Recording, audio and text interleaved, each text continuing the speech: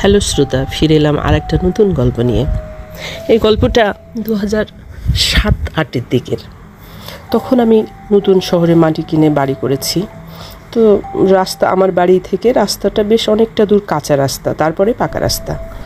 তো যাই হোক, আমি মোটামুটি ভালোই বসবাস করছিলাম। এর মধ্যে আমার এক নিজস্ব আত্মীয় মেডিকেলে ভর্তি হয় এবং তার সেদিন অপারেশনের ডেট ছিল। তো আমাকে যেতে হয় মেডিকেলে, এবং অপারেশন কমপ্লিট করতে করতে প্রায় রাত 1টা বেজে যায়।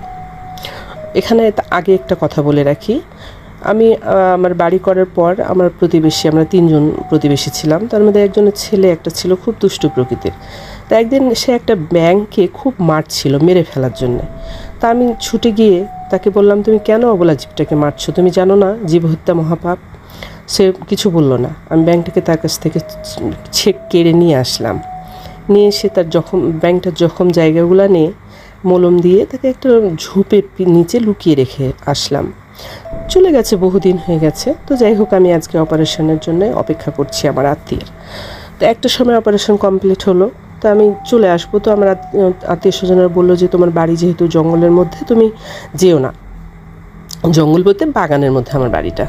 তো এত রাত্রে তুমি যেও না, এখানে আমাদের সঙ্গে থেকে যাও। আমি বললাম না, বাড়িতে সবাই চিন্তাও করবে, আমি চলে যাই। তারপরে আমি যাই হোক বাইরে বের হয়ে একটা রিক্সা নিলাম। তো রিক্সা যদিও আসতে চাইছিল না, ডাবল ভাড়া দিয়ে রিক্সা নিয়ে রিক্সাওয়ালা এসে আমাকে পাকা রাস্তা পর্যন্ত নামিয়ে দিয়ে ভাড়া নিয়ে চলে গেল।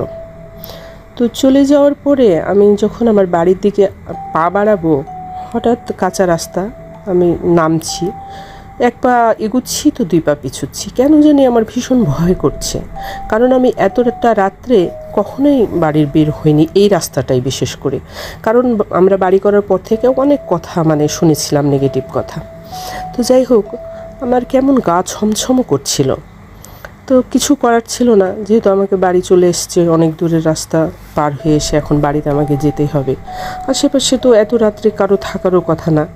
তো আমি 1 পা 2 পা করে এগোতে এগোতে ভাবছিলাম কি করা যায়, কিভাবে যাব। ভীষণ আমার ভয় করছিল আর গাটা ছমছম করছিল। কিছুটা দূর এগোনোর পর হঠাৎ মনে হলো আমার পা খিচুড়ির সঙ্গে বাড়ি খেলো। আমি থমকে দাঁড়ালাম এবং অদ্ভুত একটা কণ্ঠস্বর, ঠিক মানুষের মতো না, অন্য কিছু মনে হচ্ছে, চিকন গলায় আমাকে বলছে, তুমি আর সামনে এগিয়েও না, তোমার জন্য বিপদ অপেক্ষা করছে। আমি থমকে দাঁড়ালাম, এদিক ওদিক পিছন ফিরে এদিক ওদিক তাকালাম, কে এই কথাটা বলল। কিছুক্ষণ খোঁজাখুঁজির পর সেটা আবার আমার দিকে তাকিয়ে বলছে, তুমি নিচে তাকাও, তোমার পায়ের কাছে আমি আমার পায়ের কাছে নিচের দিকে তাকালাম। তাকিয়ে দেখি অন্ধকার, চাঁদের আলো, সাদা বালি রাস্তার উপর একটা ব্যাঙটা ঠিক আমার পায়ের কাছেই বসে আছে। সে মানুষের মতো কথা বলছে। আমি একেবারে হিম হয়ে গেলাম। আশ্চর্য, এরকম ঘটনা তো আমি কখনো শুনিনি। সেটা আমাকে বলছে, তুমি সামনে যেও না, তোমার জন্য বিপদ অপেক্ষা করছে। আমি বললাম, তুমি বুঝলে কি করে? সেটা বলল, সামনে তাকাও। আমি সামনের দিকে তাকাতেই দেখলাম বেশ অনেকটা দূরে চাঁদের আলো গাছের পাতার ফাঁক দিয়ে চিকমিক করে বালির রাস্তার উপর পড়ছে।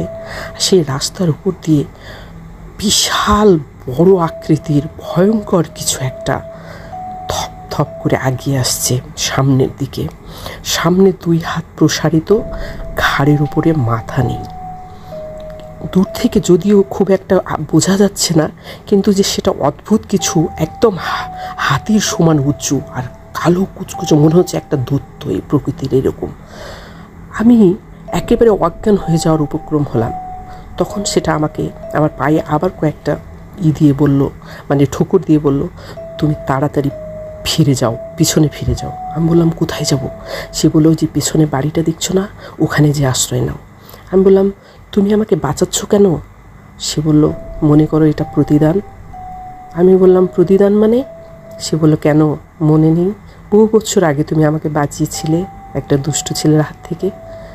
আমি কথাটা শুনে একেবারে চমকে উঠলাম। আমার মনে পড়ে গেল সেই দিনের কথা।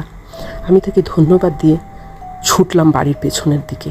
সেটা ততক্ষণ অনেকখানি এগিয়ে এসেছে এবং সেটা একদম স্পষ্ট বোঝা যাচ্ছে। আমি ছুটতে ছুটতে সেই পেছনের বাড়িটা দরজায় যে খুব জোরে জোরে করাঘাত করা শুরু করলাম। বাড়িওয়ালা অনেকক্ষণ পরে এসে দরজা খুললেন, আমাকে দেখে চিনে ফেললেন। কি ব্যাপার, তুমি এত রাত্রে এখানে কেন? আমি বললাম, আঙ্কেল আমাকে তাড়াতাড়ি ভেতরে ঢুকান। আমি ভেতরে ঢুকে পিছন ফিরে দরজা লাগাতে যেয়ে সেটাকে দেখলাম সেটা রাস্তার ওপারে দাঁড়িয়ে আছে। স্পষ্ট চাঁদের আলো সেটাকে দেখা যাচ্ছে, একদম কিম্ভূত কিমাকার, মাথা নেই, গলা থেকে সমস্ত শরীর বেয়ে কালো কি যেন গড়ে গড়ে নিচে পড়ছে, আর 2 হাত সামনে প্রসারিত দৈত্যের মতো। আমি পিছনে ফিরে দরজা বন্ধ করে দিয়ে একদম ধপাস করে পড়ে গেলাম। আঙ্কেল তাড়াতাড়ি আমার মাথায় মুখে পানি ছিটিয়ে জ্ঞান ফিরালেন। তারপর বললেন, কি হয়েছে বলো আমাকে। আমি বললাম, আঙ্কেল আমি আজকে আমার পুরো ঘটনাটাই খুলে বললাম। আঙ্কেল বললেন, ওরে সুবহানাল্লাহ, এই কথাটা আমি অনেক আগেই শুনেছিলাম। আমি এত রাত্রে এখানে কাউকে এই রাস্তা দিয়ে যেতে সবসময় নিষেধ করি আমার যার সাথে দেখা হয়। তো তুমি তো কখনো এত রাত করো না, এত রাতে কি করছিলে? তা আমি তো পরে আগেই বলেছি যে অপারেশনের জন্য দেরি হয়েছে। যাই হোক, সেই রাতটা আঙ্কেল আমাকে বললেন, তুমি আজকে আমাদের এখানে থেকে যাও, আর বাড়ি যেয়ে কাজ নেই। আমি আঙ্কেলের ওখানে থেকে গেলাম। থেকে যাওয়ার পর সকাল হলো। সকালবেলায় উঠে দেখি আমার প্রচণ্ড জ্বর এসেছে। তো যাই হোক, আমি আঙ্কেলকে বললাম, আঙ্কেল আমি এখন বাসায় ফিরে যেতে চাই। আঙ্কেল বললেন, ঠিক আছে চলো, আমি তোমাকে কিছুটা এগিয়ে দিয়ে আসি। আঙ্কেল সাথে করে আমাকে এগিয়ে নিয়ে গেলেন।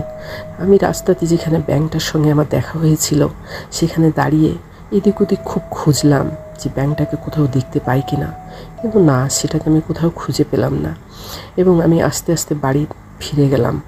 বাড়িতে যেয়ে আমাকে যাওয়ার সময় আঙ্কেল বললেন, এই ঘটনা তুমি তোমার পরিবারের কাউকে বলো না, তারা কিন্তু ভয় পাবে। আমি বললাম, ঠিক আছে আঙ্কেল। তারপর আমি বাড়ি ফিরে গেলাম। বাড়ি ফিরে যে আমি ভীষণভাবে অসুস্থ হলাম।